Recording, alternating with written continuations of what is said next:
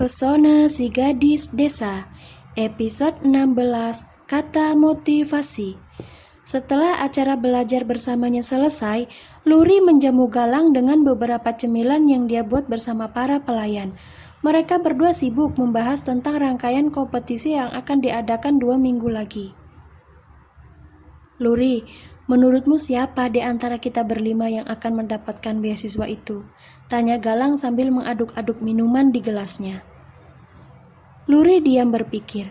Jika menuruti kehendak hati, sudah pasti Luri sangat berharap kalau dialah yang akan memenangkan kompetisi tersebut. Namun, dia juga tidak mungkin mendoakan teman-temannya untuk kalah. Jadi dia memutuskan untuk dia memilih kata yang tepat sebelum menjawab. Santai saja, Luri. Jawabanmu satu pemikiran denganku. Kau pasti sedang berpikir untuk menjadi pemenangnya, kan? Bagaimana kau tahu kalau aku senang berpikir seperti itu, Lang? Jangan bilang kau pandai membaca pikiran orang ya, tanya Luri bercanda. Galang terkekeh mendengar candaan yang dilontarkan oleh Luri. Dia baru menjawab setelah meneguk separuh dari minumannya. Pemikiran seperti itu sangat lumrah terjadi, Luri, karena setiap peserta pasti berharap kalau dialah yang akan menjadi pemenangnya.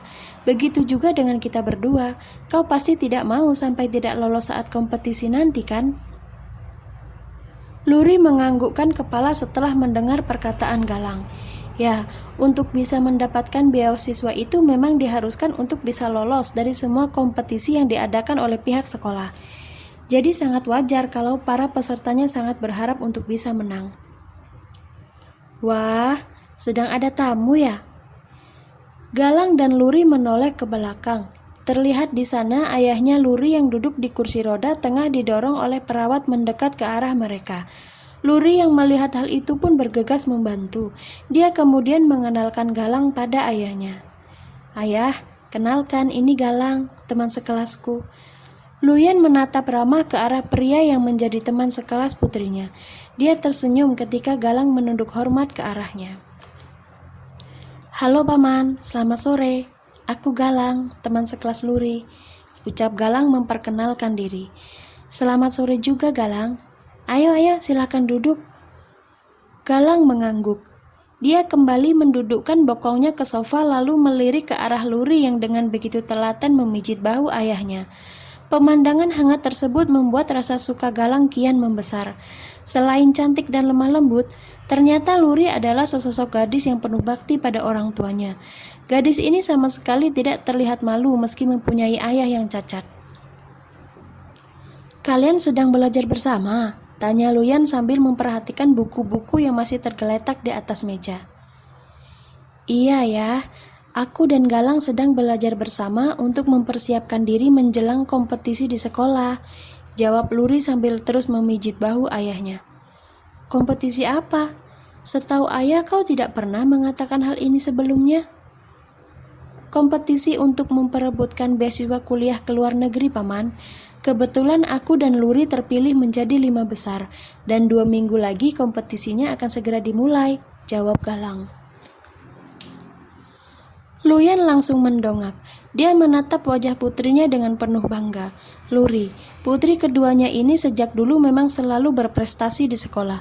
Nilai akademiknya selalu bagus dan membuat guru-guru di desa merasa sangat bangga. Mungkin Luyan adalah orang tua paling beruntung di dunia karena memiliki putri-putri yang sangat hebat. Ya, meskipun harus Luyan akui kalau sikap putri bungsunya sedikit aneh. Tapi meskipun begitu, Nania juga tak kalah pintar dari kakaknya. Gadis barbar itu tak pernah absen menyumbang juara kelas setiap tahunnya. Doakan aku dan Galang menang di kompetisi nanti ya, agar kami berdua bisa mendapatkan beasiswa untuk kuliah di luar negeri, ucap Luri meminta restu. Pasti nak, ayah, ibu, adik, dan kakakmu pasti akan mendoakan yang terbaik untuk masa depan kalian nanti. Ayah bangga pada anak-anak muda seperti kalian. Di saat anak-anak lain sibuk bermain di luar rumah, kalian lebih memutuskan untuk belajar bersama demi meraih suatu impian. Ini sangat bagus, harus kalian pertahankan, sahut Luyan memberi semangat.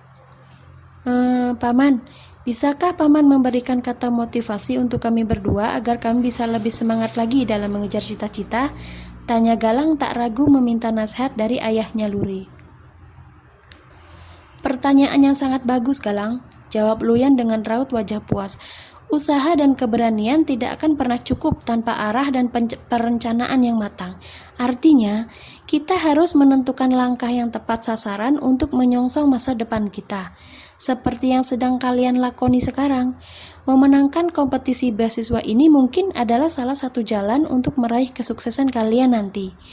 Dan itu juga harus dibarengi dengan doa dan niat yang sungguh-sungguh ya. Ingat, usaha dan kerja keras tidak akan pernah mengkhianati hasil, karena hidup yang baik adalah hidup yang dipandu dengan cinta dan juga ilmu pengetahuan. Luri dan Galang mendengarkan dengan seksama nasihat yang senang disampaikan oleh ayahnya Luri. Mereka begitu hikmat mencerna kata demi kata yang mereka yakini bisa membawa dampak positif bagi masa depan keduanya nanti. Luri, Galang, ayah hanya bisa berpesan agar kalian berdua jangan sampai terlena oleh bujukan pergaulan bebas di luaran sana. Fokuslah pada sekolah dan cita-cita kalian agar tidak menjadi orang yang menyesal. Jangan sia-siakan masa depan kalian hanya untuk melakukan sesuatu yang tidak ada faedahnya. Bermain dan membaur dengan teman kalian itu harus tetap dilakukan, tapi jangan sampai kebablasan. Ikuti yang baik-baik, tinggalkan keburukan yang bisa merugikan. Jika kalian bisa melewati masalah ini, ayah yakin hidup kalian pasti akan sangat bahagia. Sukses itu tidak memandang siapa kalian, namun kesuksesan hanya diperuntukkan bagi mereka yang gigih dalam mengejar apa yang mereka inginkan. Paham? Paham, sahut Luri dan Galang bersamaan. Ya sudah, kalau begitu ayah pergi dulu. Kalian silahkan melanjutkan obrolan, ucap Luyan sembari melihat ke sana kemari. Luri, adikmu kemana? Tumben sekali batang hidungnya tidak kelihatan. Aku tidak tahu, ayah. Mungkin Nania sekarang berada di dalam kamarnya, jawab Luri.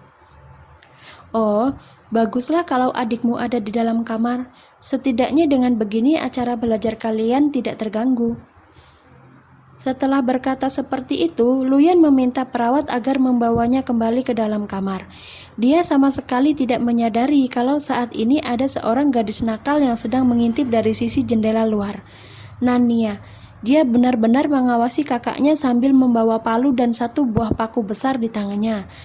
Andai saja Luyan melihat hal ini, Luyan pasti akan sangat syok karena sekarang putrinya terlihat seperti seorang gangster yang sedang mengintai musuh. Sangat bertolak belakang dengan tabiat orang desa yang lebih dikenal sebagai orang pemalu dan juga lemah lembut.